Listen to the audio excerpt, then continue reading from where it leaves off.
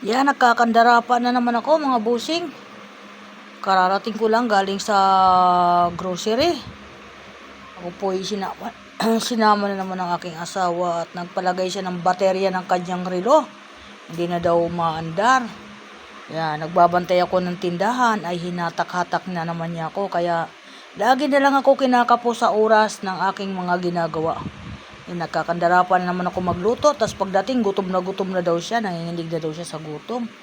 So, anong gagawin ko? Kasi nilagang baboy ang ulam namin. Sabi ko, nilagang baboy yung ulam namin. Anong oras na ba? Sabi niya, mag-alas 11 na daw. Gutom na siya. Ay kung ganyan pala siya, dapat hindi na niya ako sinasama-sama para nakakapagluto ako dito sa bahay ng maayos. Pasama siya sa akin. Hindi siya makaalis na mag-isa. Lagi na lang akong kasama niya.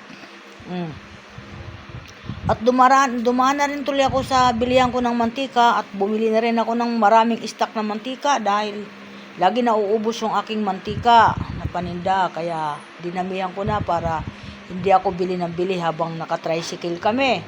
At bumili na rin ako ng loto na aking iuulam ng tanghalian, nilagang baboy, iyon. Bibili sana ako ng pata, hindi ako nakabili ng pata dahil sobrang kamahal. Sabi ko, grabe, sabi ko ang ganun. O di, ang ginawa ko, bumili lang po ako ng nilagang baboy. Ayan, laman po. Yung laman po ang binili ko na baboy. At lalagyan ko po siya ng repolyo. Iyan po yung aking ilalagay, repolyo. At iyan yung mga patatas at saging na saba. At bumili po ako ng panlaga na saging na saba kasi yung apo ko, lagi yun kinakain. Iyan, kaya binilihan ko siya ng saging na saba. Ayan po. Tapos na po yung asawa ko magtanghalian. Umakyat na siya sa taas. Sabi ko bantayan niya ang tindahan. Buksan niya kasi nakasirado pa po sa ngayon dahil wala po magbabantay. Sabi niya hindi daw siya magbabantay dahil matutulog daw siya. Ay sabi ko ay paano na yan? Nagluluto pa ako. Sabi ko nga ganun. Ay wala daw ngayon customer na magtatanghali. Yun nga yung maraming bumibili.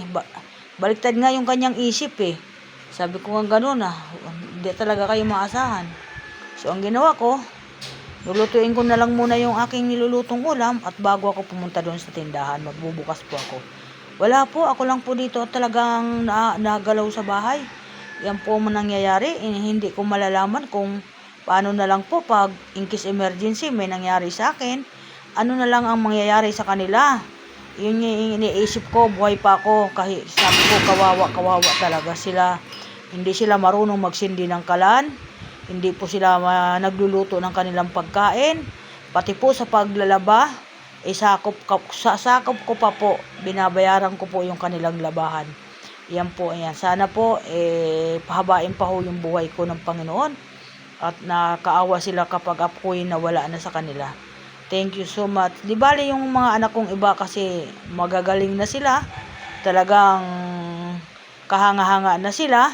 Kahit iwanan ko sila, hindi na ako mag-aalala sa kanila kasi siyempre magagaling naman na sila maghanap ng kanilang ikabubuhay. Hindi itong iba ko. Ito kagaya yung panganay ko, siya yung panganay, siya pa yung hindi masyadong madiskarte sa buhay.